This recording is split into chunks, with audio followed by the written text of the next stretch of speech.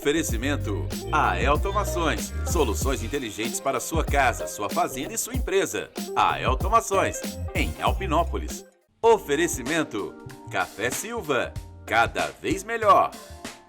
Oferecimento Clínica Belágio, atendimento com qualidade, ética e excelência, em Alpinópolis. Olá, estamos recebendo Daniel Porto, que é superintendente da Santa Casa de Passos. Daniel, seja bem-vindo. Muito obrigado. Obrigado por ter aceito o nosso convite. E eu gostaria que você fizesse uma análise sobre o lockdown.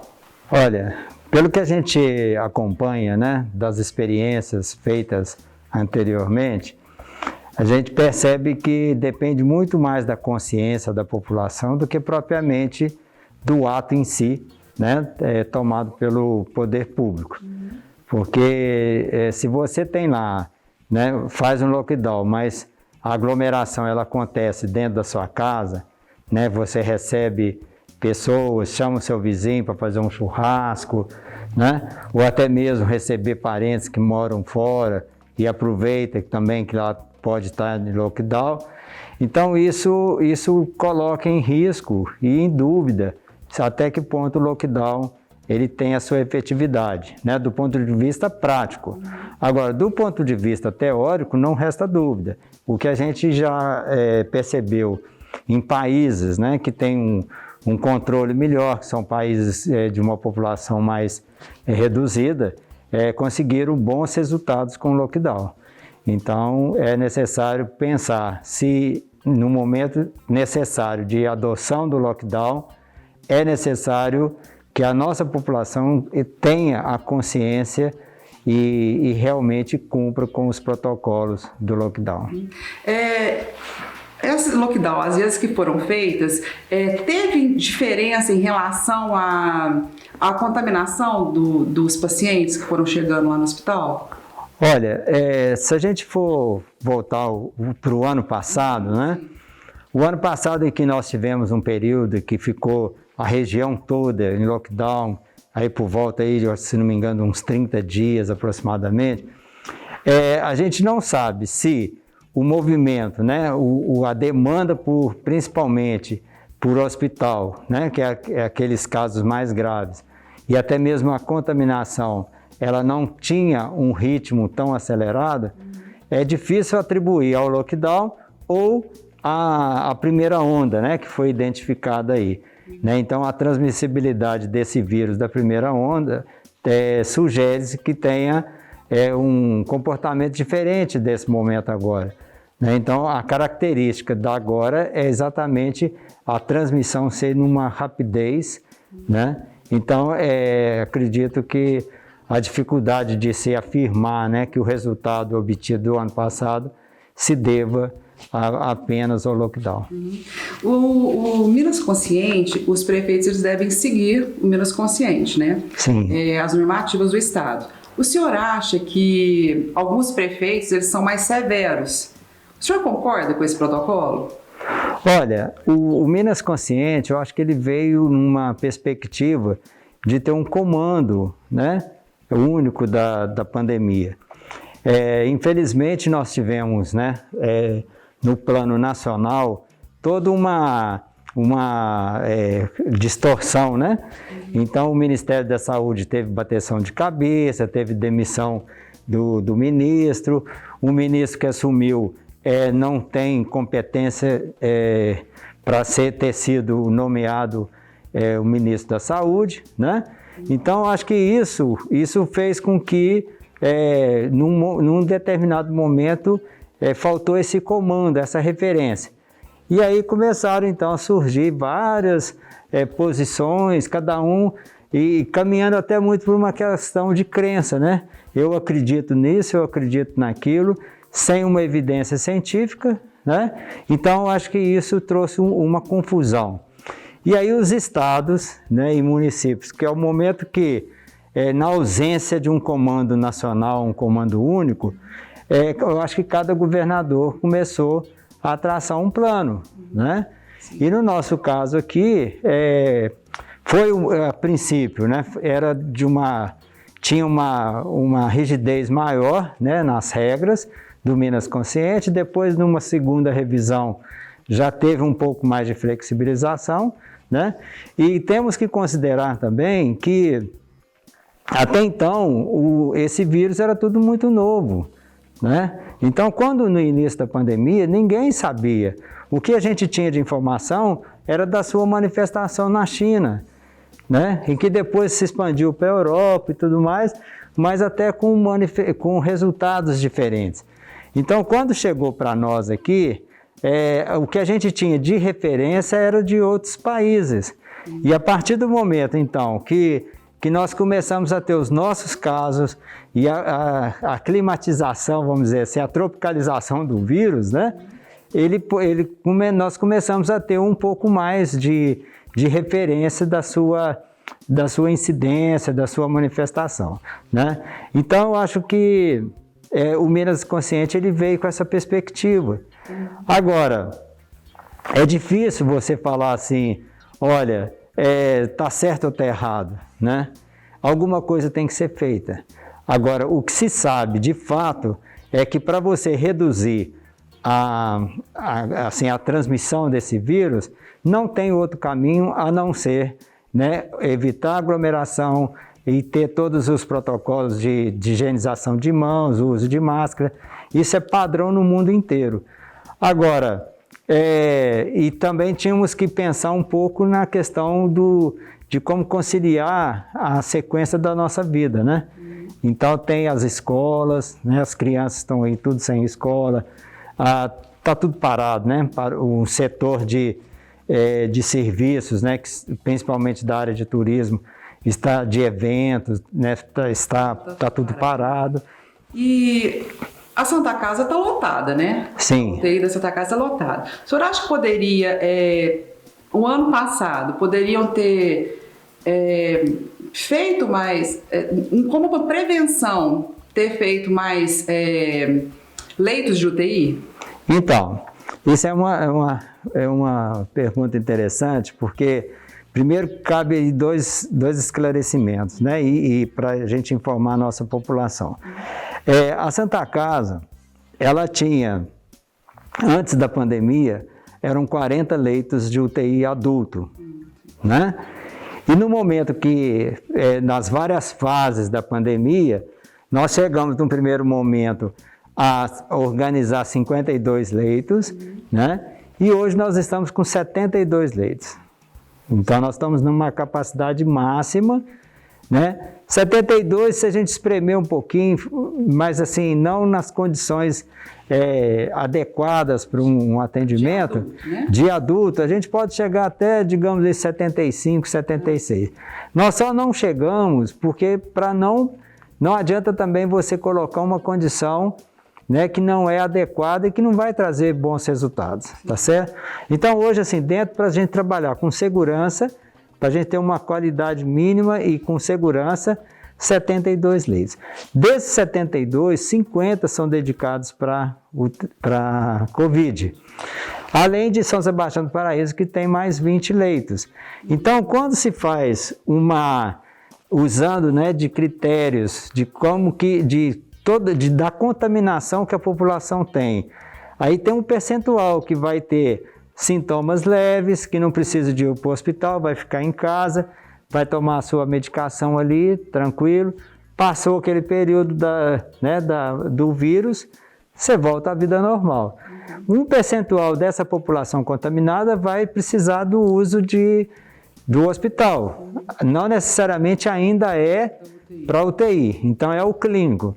Então você tem o leito clínico, depois dentro do leito clínico você tem aquele que é de suporte ventilatório, quer dizer, é aquele paciente que já passa a demandar um cuidado maior, ele já tem um pouco de dificuldade de respiração, então ele tem que fazer uso de oxigênio, né? Mas ainda tudo sem ser invasivo. Então, se ele não conseguir se recuperar desse momento, aí sim ele vai para UTI, porque tem que fazer a intubação, e aí já é o caso mais grave. Então tem uma sequência, né, evolutiva dessa doença. Então, o que aconteceu? Não se esperava, né, que, baseado então, aquilo que eu falei, qual é o conhecimento que nós temos? Então, nós criamos uma massa crítica aí, o ano passado. Então, baseado no que tinha sido a incidência do ano passado, toda a nossa estrutura da região, ela estava devidamente adequada para que, caso houvesse um aumento, né, desses casos. Infelizmente, veio o cepa diferente, aí o vírus ele se transforma, né, ele tem uma mutação genética dele, e aí é outra história, né? Então, com uma característica, né, dessa segunda onda, a transmissão ser muito mais rápida, isso significa que você tem mais pessoas contaminadas, e aí aqueles percentuais que eu falei, né, de leves, moderados e graves, eles aumentam e aumentam não na proporção da oferta de leitos que nós temos. E qual que seria... Vocês recebem pacientes da região toda, né? Sim. Principalmente para UTI. Seria possível Santa Casa de cidades menores, elas terem uma UTI também para Covid? Olha, não é... É difícil implantar uma UTI? Exato. Não é recomendado. Não? Certo? Porque a estrutura não é o leito em si, é toda a estrutura que está por detrás desse leito, né? Então, para você ter um leito de UTI, você tem que ter condições de fazer uma sessão de hemodiálise, por exemplo. Você tem que ter equipamentos de radiologia que não apenas um raio-x, você tem que ter acesso à tomografia, à ressonância, você tem que ter acesso a sangue, né? Então, por exemplo, dentro da Santa Casa nós temos um posto para o paciente que precisa tomar o sangue, já está lá na Santa Casa. Não tem que ir no Hemominas para poder fazer prova cruzada, entendeu? Então, o laboratório, você precisa de laboratório 24 horas para que você atenda a cada paciente da sua necessidade, né? Você tem que ter um suporte de bloco cirúrgico 24 horas, percebe? Então, é toda essa estrutura que é necessária para dar suporte à leito de UTI. Então, se você... e sem contar o seguinte, para você montar um leito de UTI, o investimento hoje, em média, é algo em torno de R$150 mil. Só para montar? Só para montar em termos de equipamentos, né, o que compõe um leito de UTI.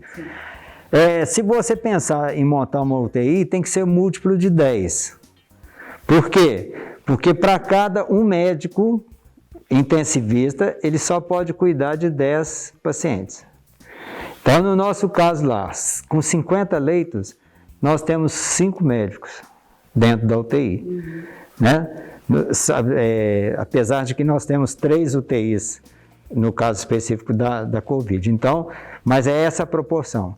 E enfermagem vai na proporção de 10 leitos. Aí você tem que ter psicólogo, você tem que ter fisioterapeuta, você tem que ter fono. Então, enfermagem, você tem que ter enfermeira coordenadora, você tem que ter enfermeira e tem que ter técnico, né? Então, um técnico para cada 2 leitos. Isso 24 horas. Né? Então, olha só, é uma estrutura pesada e que se você não tiver a ocupação adequada, né? Então, hoje, assim, do ponto de vista da sustentabilidade, você tem que ter no mínimo 80% desses leitos sendo ocupados.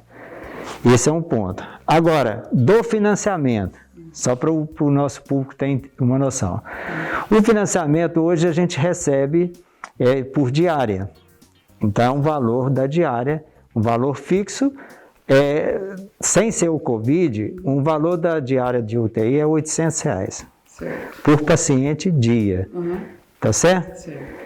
A Santa Casa, a nossa UTI, antes do Covid, o custo de um paciente dia na UTI é algo em torno de R$1.300, R$1.400.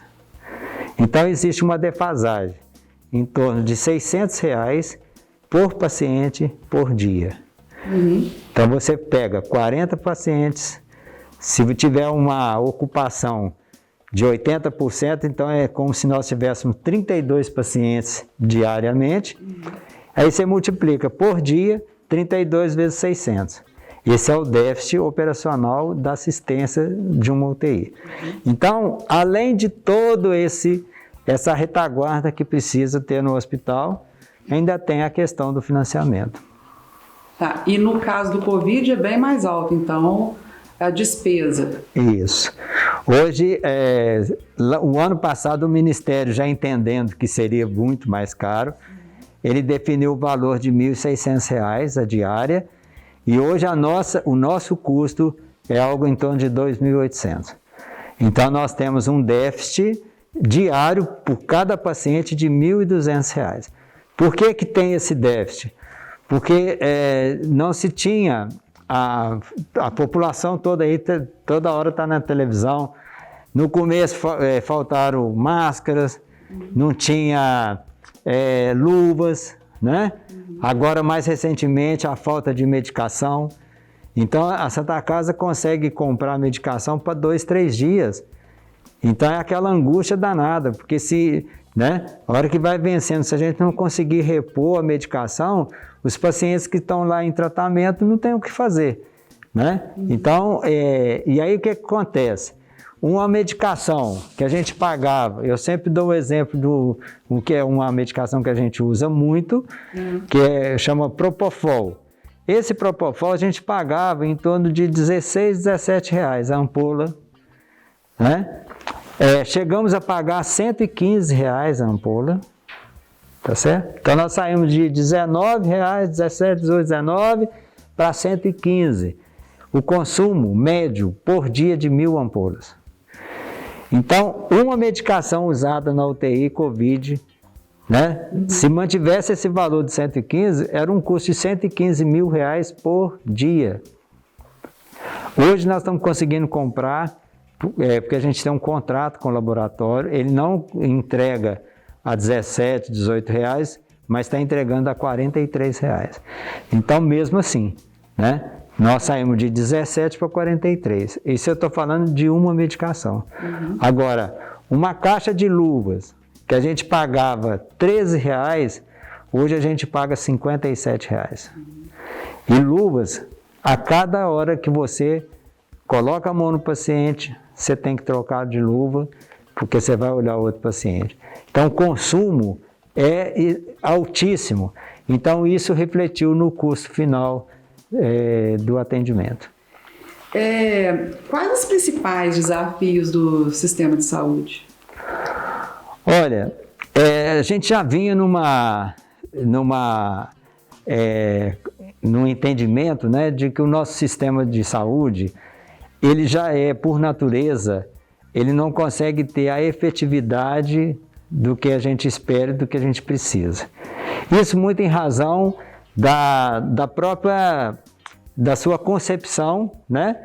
A concepção do sistema, e principalmente, né, desenvolvida pelo SUS, né, que é a política nacional, é uma das coisas mais bem estruturadas, do ponto de vista teórico.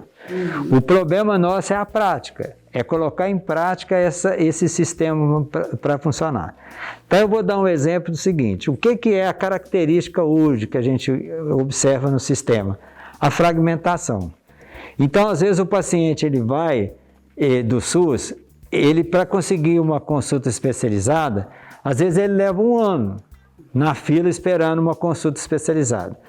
Quando ele chega a vez dele de fazer a consulta, ele tem que fazer determinados exames. Aí ele tem que esperar mais uns 6 meses, 3 meses, aí depende muito de cada município, de cada organização, né? Então, aí quando ele consegue fazer os exames, para ele ter o retorno no médico que ele consultou lá atrás, às vezes esse médico já não atende mais. Aí ele teria que marcar com outro médico. Então, é o que a gente coloca como a fragmentação. Então, não existe uma integração dos recursos para que as pessoas possam ir assim, olha, está no momento de fazer o diagnóstico, então ela tem o começo, meio e o fim, né? Então, esse eu vejo assim, que é o que mais impacta nos resultados do sistema, E estamos aí com as filas de cirurgia eletivas, né? Tem pessoas que têm 10 anos, 15 anos que estão na fila esperando uma cirurgia. Isso é muito em razão dessa dispersão dos recursos que tem e as pessoas não conseguem dar uma fluidez, né, na solução desses problemas, tá certo? E além, só para completar, que nós temos que ver também o que é da atenção primária, ou seja, é aquela em que tem, todos os bairros têm um ambulatório, tem os seus programas de família. Esses programas são importantíssimos, né, para que possa dar um bom resultado para o sistema como um todo. Porque é ali que o cidadão é cuidado, né, e ele vai sendo acompanhado no momento que ele começa a ter alguma manifestação diferente da nossa saúde normal, ele teria que ter um encaminhamento para que ele tivesse, dentro de um prazo adequado, ele ser atendido, diagnosticado e tratado. Então, acho que o maior desafio nosso hoje é fazer com que esse sistema ele seja realmente funcionando, né? Que ele esteja funcionando e com o fator tempo, que é fundamental para o paciente não ficar aí. E às vezes, quando chegar a vez dele, já não tem muito o que fazer. Daniel, a Santa Casa não para, né? E ela não vive só para cuidar de Covid. Como está sendo conciliar outras doenças ou outros atendimentos agora nessa época? Olha, é muito importante a gente até deixar claro aqui para a nossa comunidade, de fato é isso mesmo, né? Só lembrando que a Santa Casa ela é porta de entrada para urgência e emergência, principalmente da alta complexidade, né?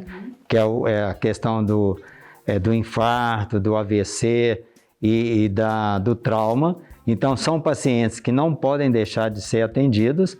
Então, a gente continua fazendo isso, além desses atendimentos do Covid. É claro que com uma condição muito apertada. Às vezes, o manejo de leitos de UTI, ele atrasa um pouco, porque para a UTI geral, nós saímos de 40 para 22 leitos. Então, quando necessita de UTI, é um pouco mais complicado. E também temos que lembrar a situação da oncologia, né? Os pacientes oncológicos, eles continuam sendo atendidos, né? E às vezes a gente tem, só na questão de quando o paciente tem que fazer uma cirurgia que precisa de UTI, isso tem exigido de nós um planejamento adequado para que ele tenha acesso a esse leito. Mas continua e aí, assim, mais trabalho.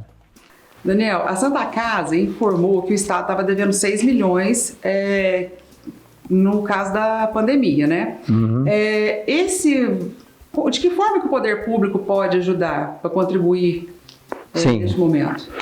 Isso aí nós tivemos um momento assim, de muita dificuldade, né? De fato, houve um atraso do repasse dos recursos do atendimento de Covid e que chegou a uma soma aí de 6 milhões, podendo chegar até 9 milhões pelos critérios de pagamento, mas e aí foi feita toda uma ação aí junto à Secretaria de Estado, com o novo secretário, né, que assumiu recentemente, e isso já foi, ele assumiu um compromisso lá de liquidar esse pagamento, e isso já foi realizado, né? Agora, é importante também que o poder público, aí no caso os municípios, a gente tem feito todo um trabalho de levar informação, né, para os prefeitos, para os vereadores, com relação ao que está sendo o impacto financeiro dos atendimentos que estão sendo prestados, né? Então, a gente tem pedido a colaboração dos municípios, dentro das suas possibilidades, a gente não impõe, né, valores, não impõe a obrigatoriedade de fazer essa contribuição, mas a gente é super importante que os municípios também tenham uma parcela aí de contribuição para que a gente consiga, né? Tem que comprar essa medicação, não tem jeito de deixar de comprar, e nós estamos comprando por 4, 5 vezes, né, do valor que era originariamente. E aí, como eu disse, né, uma diária que a gente recebe 1.600 e gastamos 2.800, quer dizer, você tem um déficit aí de 1.200 por. Então, A gente tem recebido de alguns municípios, inclusive daqui do município de Alpinópolis, a gente recebeu, né? A diretora da Câmara enviou, né, 50 mil. Isso. E junto com o município, né, também 50 mil. Então, isso tudo, é claro que ajuda, né? Então, assim, pode não resolver o problema, mas que ajuda a gente ir dando sequência aí no trabalho. Daniel, quais as lições que a pandemia vai nos deixar? Olha, eu acho que do ponto de vista humano, né, nós vamos, com certeza, nós vamos sair desse momento assim, mais humanos, né? Na medida em que a gente teve que exercitar vários princípios, né, de solidariedade, de compaixão, né, de respeito. Então, acho que tudo isso, assim, a gente teve uma vivência muito intensa, estamos tendo essa vivência. Então, acho que esse é o lado positivo, né, dessa pandemia. Também, outra coisa é com relação ao que eu falei do sistema, né? Eu acredito que o sistema, ele não vai conseguir funcionar da forma que vinha funcionando anteriormente. Necessariamente, nós vamos ter que fazer alguma coisa para que o nosso sistema de saúde ele seja mais eficiente, né? Então, eu acho que, assim, colocaria essas duas condições aí de aprendizado dessa pandemia. Então, Daniel, muito obrigada, viu? E parabéns pela empreitada, boa sorte e até a próxima. Muito obrigado pela oportunidade aqui e estamos juntos aí. Obrigado.